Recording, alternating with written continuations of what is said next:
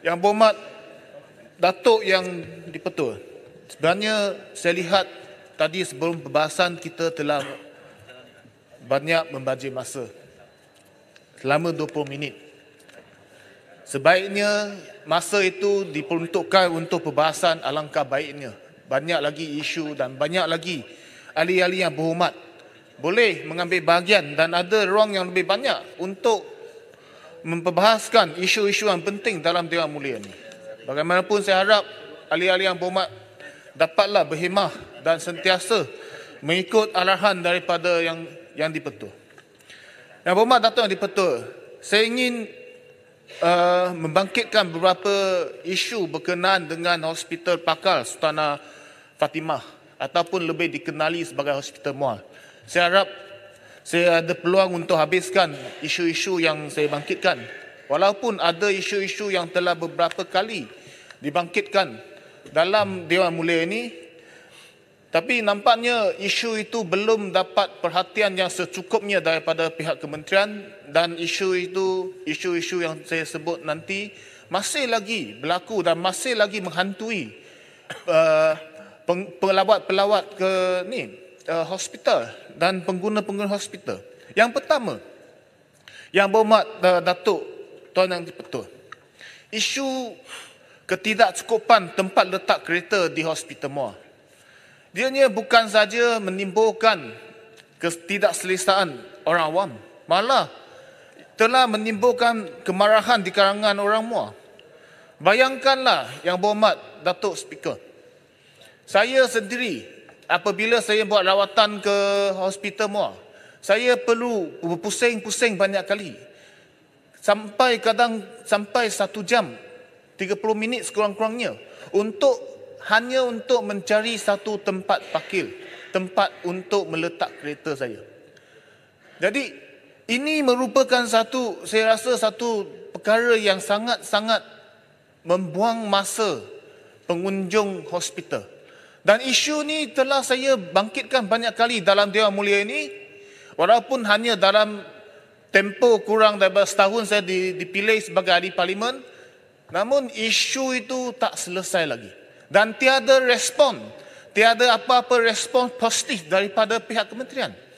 Saya lihat, di sini saya lihat ada satu contoh yang baik ataupun inisiatif yang baik yang telah dijalankan atau dibuat di Hospital Selayang, di mana adanya menara parkir untuk meletakkan pada satu kali 6 kereta secara horizon, ya, secara vertikal, ya, secara vertikal. Maknanya dengan saya cari statistik itu di Hospital Selayang, ya, sistem parking itu sekarang ni ada 5 menara. Dan minta maaf, satu menara itu 12 kenderaan. Maka sekali satu ruang yang sama sekarang ni boleh menampung lebih kurang 60 kenderaan pada masa yang sama. Maka saya lihat sekiranya perkara ini telah berjaya, ataupun apakah penilaian daripada pelaksanaan dasar ini ataupun inisiatif ini, adakah ia sesuai untuk diperluaskan ke hospital-hospital lain seperti di Muar? Sekiranya tidak sesuai pada waktu sekarang, ataupun ada lagi kajian-kajian lain ataupun inisiatif lain yang perlu diambil kira ataupun dipertimbangkan buat masa sekarang, apakah usaha pihak kementerian untuk menangani isu kekurangan tempat letak kereta di Hospital Muar? Sebenarnya saya telah banyak kali berbincang dengan menteri berkenaan isu ini, dan saya telah cadangkan kepada kepada menteri supaya pihak KKM mengambil kira cadangan saya, luangkan ataupun kosongkan tempat letak kereta yang khas untuk kaki tangan ke hospital, supaya ruang-ruang tersebut dibuka untuk orang awam. Dan kaki tangan hospital boleh meletakkan kenderaan mereka di satu tempat lain yang berdekatan dengan hospital dan disediakan perkhidmatan shuttle bus supaya mereka boleh pergi bekerja dengan lebih efisien. Ini isu ataupun cadangan ini saya disebabkan kaki tangan hospital mereka meletakkan kereta mereka di ruang letak kereta untuk satu tempoh yang panjang. Ianya adalah satu pembajiran sekiranya ruang tersebut dioccupy dengan izin dioccupy untuk masa yang panjang, padahal ruang tersebut boleh digunakan oleh orang awam yang biasanya tak lebih daripada 2 jam. Secara tidak langsung kita boleh menggunakan 4 kali ruang yang sama sekiranya ruang tersebut dibuka untuk orang awam supaya mereka meletakkan kenderaan mereka.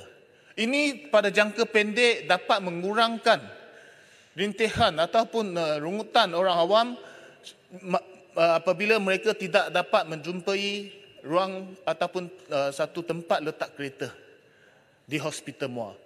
Apa yang berlaku sekarang, ada juga ruang-ruang yang kosong tetapi dihaskan untuk kaki tangan hospital. Maka orang awam akan buat aduan ataupun akan bising sebab ada tempat letak kereta tetapi tidak boleh dimanfaatkan. Maka sekali lagi saya dalam Dewan Mulia ini, saya berharap pihak kementerian mengambil kira mempertimbangkan cadangan saya ini supaya merangka satu penyelesaian jangka pendek untuk menangani isu ini.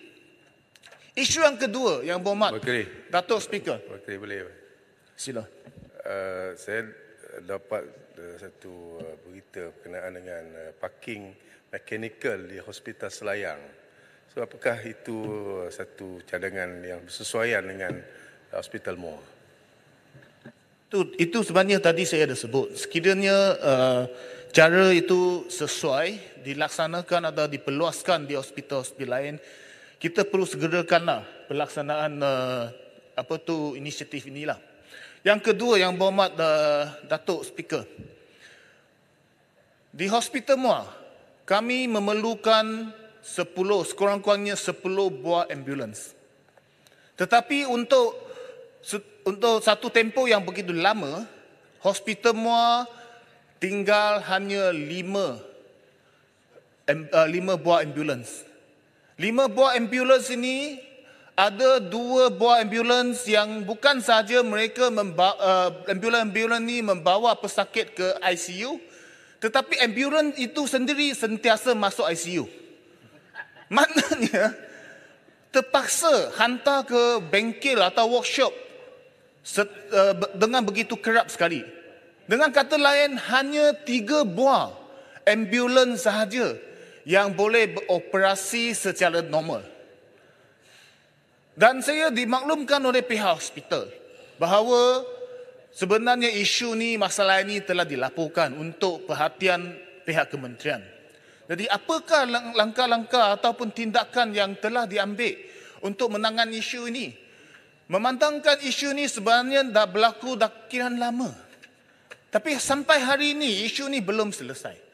Maka apakah yang telah berlaku? Apakah masalah sebenarnya dari segi delivery system di kita?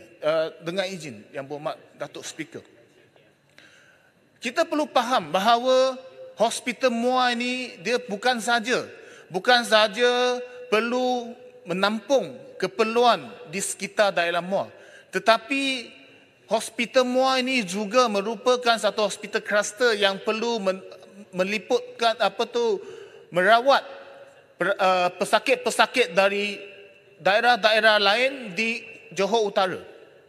Jadi penggunaan ataupun permintaan kepada ambulans ini sebenarnya sangat tinggi. Itu sebab perlukan sekurang-kurangnya 10 unit ambulans, tetapi sekarang hanya tinggal 3 unit yang boleh beroperasi secara normal. Maknanya telah menyusut sebanyak 70% kapasitinya. Jadi apakah usaha pihak kementerian untuk kita menambah baik ataupun keadaan kekurangan ambulans di Hospital Muar ini. Dan isu yang ketiga yang berhormat Datuk Speaker, saya nak tanya Dewan Yang Mulia ni, perancangan kita dibuat berdasarkan keperluan ataupun berdasarkan siapa menteri? Saya bagi satu contoh. Di Hospital Muar pada 20 tahun lalu telah dirancangkan dan plan, saya dimaklumkan plan bangunan pun telah siap diraka, iaitu sebuah bangunan pakal di Hospital Muar, sempena penaik tarafan Hospital Muar kepada Hospital Pakal. Itu yang datang namanya Hospital Pakal Sultanah Fatimah. Tetapi selepas dekat 20 tahun sampai ke hari ini, tak nampak pun bayang bangunan pakar tersebut. Ada ura-ura kata disebabkan tukar Menteri Kesihatan daripada sebelum ni Ahli Parlimen Bakri, iaitu yang berbahagia Chua Ji-ming, kepada yang berbahagia Chua Selik, Datuk Chua Selik, yang di mana tapaknya ataupun kampungnya di Batu Pahat. Maka bangunan itu ataupun peruntukan itu telah dibawa daripada Muar, Hospital Muar, dibawa kawasan Bakri, dibawa ke Hospital Batu Pahat. Saya tak ada masalah sebenarnya yang berhormat Datuk Speaker. Sekiranya ada keperluan di Batu Pahat, kita buatlah di Batu Pahat. Tetapi rancangan yang asal, yang mana perlu sebuah bangunan pakar di Hospital Muar, perlu diteruskan juga. Maka saya nak tanya kepada Kementerian Kesihatan, adakah ura-ura ni benar? Jadi sekiranya benar, maknanya perancangan kita, pembangunan di negara kita dia bergantung sangat kepada di mana letaknya menteri kita. Jadi rugilah. Mana tempat yang ada keperluan tu dia sebenarnya perlu diutamakan. Dan sekiranya sesuatu rancangan itu dirancang, perlulah kita laksanakannya. Jadi saya lihat ada sesuatu kekurangan yang perlu diperhalusi oleh pentadbiran sekarang. Sebab sekarang ni kita adalah berada pada rejim baru, kerajaan baru, iaitu di bawah pimpinan Yang Berhormat Tan Bun. Saya harap sesuatu pembaharuan dapat dibawa supaya bukan saja pentadbiran kita akan menjadi lebih lancar, tetapi perancangan kita adalah untuk jangka masa pendek. Untuk jangka masa panjang. Bukannya hanya mengikut suka hati menteri. Saya harap perkara-perkara ni yang berhormat Datuk Speaker perlu diambil perhatian oleh bukan saja Kementerian Kesihatan tetapi oleh Yang Berhormat Perdana Menteri sendiri, supaya semua ini kelemahan-kelemahan ini dapat diperbetulkan. Saya lihat Yang Berhormat Datuk Speaker, tahun ini ada peningkatan yang begitu tinggi untuk Kementerian Kesihatan Malaysia, iaitu pada tahun ini, tahun 2023, 36.3 bilion ringgit diperuntukkan untuk KKM. Tetapi Hospital Muar nampaknya tak dapat apa-apa. Nampaknya isu-isu yang saya telah bawa, terutamanya isu tempat letak kereta, tidak diselesaikan. Tapi tak apa. Tahun hadapan 2024 ada pertambahan lebih kurang 5 bilion ringgit, iaitu telah ditambahkan kepada 41.2 bilion ringgit. Satu peningkatan yang saya nampak terbesar berbanding dengan kementerian-kementerian lain. Jadi saya harap daripada pertambahan ini adalah peruntukan untuk menyelesaikan isu-isu yang telah saya sebut dalam ucapan saya tadi, dan juga beberapa isu lain yang telah saya bangkitkan dalam perbahasan saya sebelum ni. Jadi Yang Berhormat Datuk Speaker, sampai di Melaka menggali perigi, turun-temurun menjadi kampung halaman. Menteri datang, menteri pergi. Perancangan rapi, pembangunan mampan. Sekian, terima kasih.